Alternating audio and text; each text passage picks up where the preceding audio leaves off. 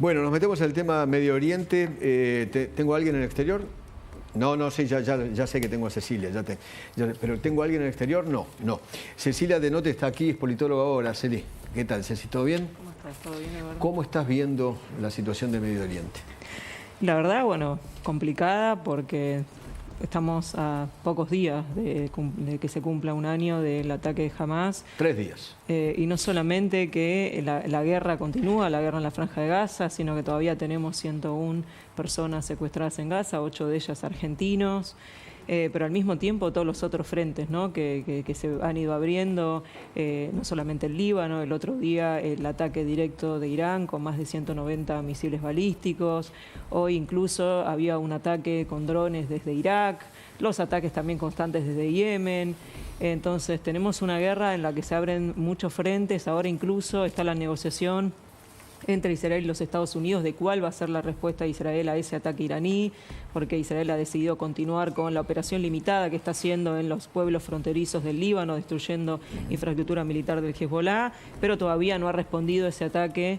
Y hay una negociación, obviamente, con Estados Unidos, porque las opciones para atacar Irán son las grandes refinerías petroleras o la central desde la cual salen todo el crudo que exporta Irán, o la mayor parte del crudo que exporta Irán, también el plan nuclear iraní, también puede ser, obviamente, los sistemas de misiles balísticos o atacar a su liderazgo. O sea, hemos visto que Israel eliminó al líder de Hamás cuando estaba en Teherán en la asunción del nuevo presidente iraní. Fue eliminando poco a poco a cada uno de los líderes, ¿no?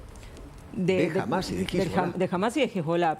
Y también de la Guardia Revolucionaria iraní, claro, cuando estaban presentes en Líbano, en Siria, pero en Irán quizá podamos ver algún ataque al liderazgo iraní, quizá esas son las opciones que están sobre la mesa, obviamente las que se están discutiendo también con la administración Biden, porque obviamente atacar una refinería petrolera iraní, claro, tendría un impacto económico mundial. Algunos ven la posibilidad de una tercera guerra mundial. ¿Lo ves?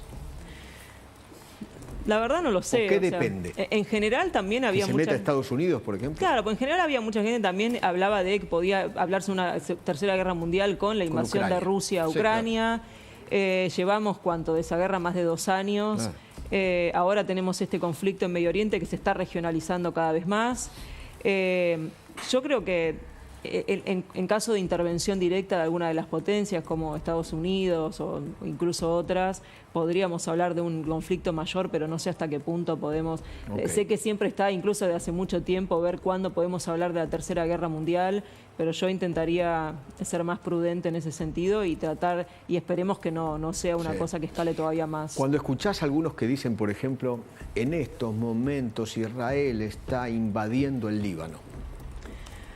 Bueno, me parece que en muchos casos hay mucha desinformación también, o sea, porque la realidad a mí quizá me preocupa cuando lo escucho de otros analistas, pero el común de la población quizá no conoce realmente que hay países en los que Irán los ha invadido aprovechándose, digamos, explotando diferencias intracomunitarias, creando milicias, financiando milicias, y ha secuestrado algunos países. Ha secuestrado el Yemen, ha secuestrado Líbano, y la realidad es que incluso Israel está haciendo todo lo posible para no atacar ningún tipo de... Jamás secuestró Gaza. La Franja de Gaza. Hezbollah, Líbano. El sur del Líbano. Claro, se quedó con el territorio. Los hutíes, el Yemen. Todos bancados y financiados por Irán. Incluso veíamos cuando Israel eliminó al líder histórico del Hezbollah, Hassan Nasrallah, festejos en algunas partes del Líbano, en algunas partes del norte de Siria, donde están los rebeldes que se oponen al régimen de Al-Assad.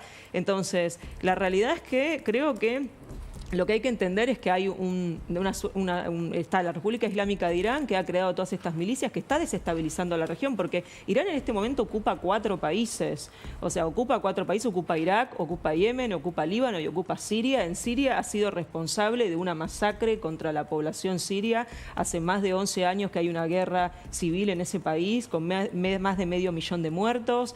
O sea, estamos hablando de una potencia que ha desestabilizado la región y lamentablemente me parece que no está esa información. Entonces, obviamente, que si uno ve las noticias, piensa que Israel está bombardeando Yemen, o está bombardeando Líbano, o está bombardeando Siria. Directamente yo he escuchado periodistas argentinos hablar del Estado genocida de Israel.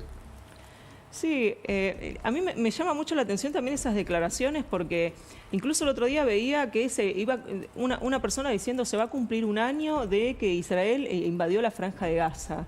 O sea, parece Falso. que... primero que no, porque la operación comenzó el 27 de octubre, pero además que no hay mención alguna a qué es lo que inició esta guerra, que fue un ataque criminal. Y no solamente eso, también muchas veces se habla del conflicto actual con el Líbano, que en realidad es con Hezbollah, y no se habla que a partir del 8 de octubre, o sea, al día siguiente del ataque de Hamás, Hezbollah empezó a bombardear el norte de Israel, forzando al desplazamiento a más de 80.000 personas que todavía no pueden volver a sus hogares, asesinando a más de 50 personas, incluso niños que jugaban al fútbol. Entonces, me parece que muchas veces se habla del conflicto únicamente presentando las acciones de Israel como si siguieran en un vacío y no estuvieran insertas en un contexto que fue atacado, fue bombardeado. Y creo que nadie... ¿Te pasa lo mismo, por ejemplo, como el otro día en la marcha universitaria, banderas de Palestina? Bueno, a ver, yo creo que todo el mundo tiene totalmente, o sea, es totalmente legítimo sentir simpatía por el pueblo palestino. El pueblo palestino está sufriendo una guerra en este momento, hace un año, y la verdad es que la población civil de Gaza está sufriendo la guerra. Entonces, a mí realmente no me preocupa que la gente tenga una empatía con esa población que está sufriendo. Lo que sí me preocupa es que muchas veces esa empatía viene acompañada con una demonización del Estado de Israel. Y creo que la realidad es que este no es un conflicto, que muchas veces este conflicto se lo ve así, ¿no? Como buenos y malos, Israel, el aliado de Estados Unidos, maligno, imperialista, cuando es una visión demasiado simplista, que no permite ningún tipo de matices y que no permite entonces también poder observar que los palestinos también cometen crímenes, también cometen actos de guerra y que también tienen que ser responsabilizados por esas acciones. El Estado de Israel declaró persona no grata a Guterres, al secretario general de Naciones Unidas. ¿Por qué? Bueno, el gobierno de Israel consideró eso porque la realidad es que la actitud del secretario general de Naciones Unidas desde el primer momento ha sido una actitud bastante hostil.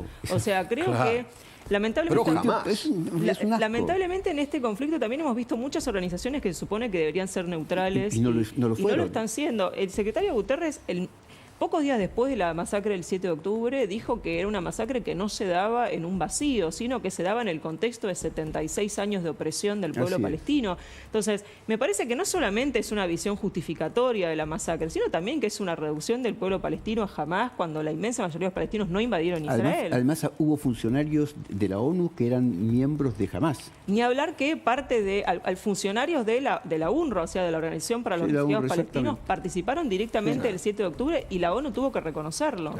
Cecilia, gracias por venir. No, por favor. Muchísimas gracias. Bueno, Siemens es sinónimo de descanso en primera clase. Por eso aprovecha esta promo y mejora tu